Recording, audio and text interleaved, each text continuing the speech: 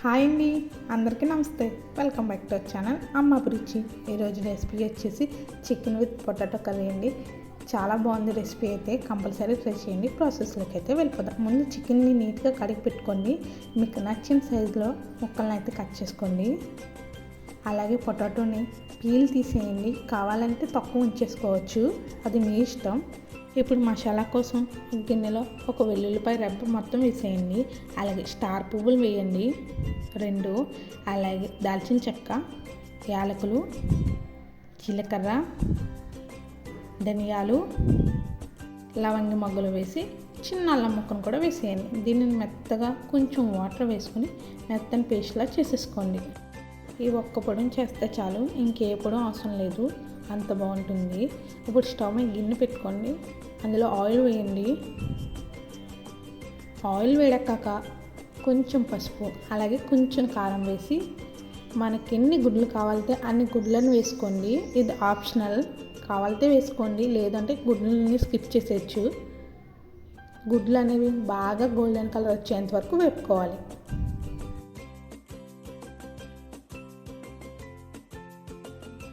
అదే ఆయిల్లో బిర్యానీ ఆకు, షాజీరా, దాల్చిన చెక్క, లవంగి మొగ్గలు వేసేసుకోండి.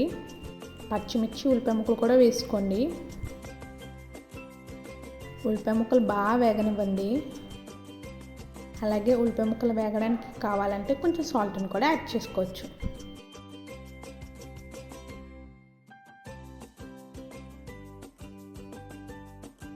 ఉల్లిపాయ బాగా వేగింది అనుకున్న తర్వాత ముందుగా కట్ చేసి పెట్టుకున్న బంగాళదుంపను కూడా వేసేసుకోండి. మీరు కావాలితే తొక్కతో ఉంచేసుకోవచ్చు, తొక్క తినవసరం లేదు బంగాళదుంపకి. లేదు అలా ఇష్టం లేదు అనుకుంటే తొక్క తీసుకోండి. ఇప్పుడు మూత పెట్టి బంగాళదుంపలు ఒక 70% కుక్ అయ్యేంత వరకు కుక్ అవనివ్వండి.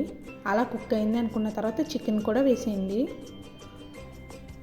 చికెన్ కలిసేంత వరకు కలుపుకోవాలి.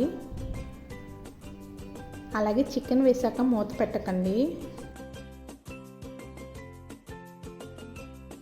చికెన్ కూడా బాగా కుక్ అయిన తర్వాత ముందుగా పెట్టుకున్న మసాలా పేస్ట్ని వేసేయండి. మొత్తం కలిసేంత వరకు ఒకసారి కలిపేసుకోవాలి.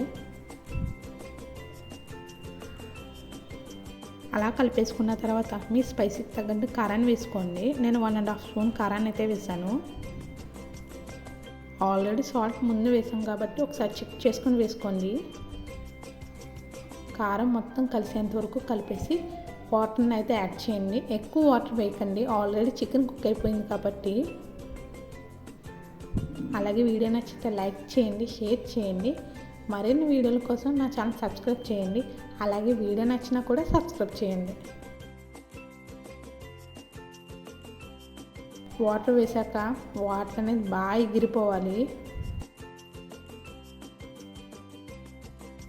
అలాగే గుడ్లను కూడా వేసుకోండి.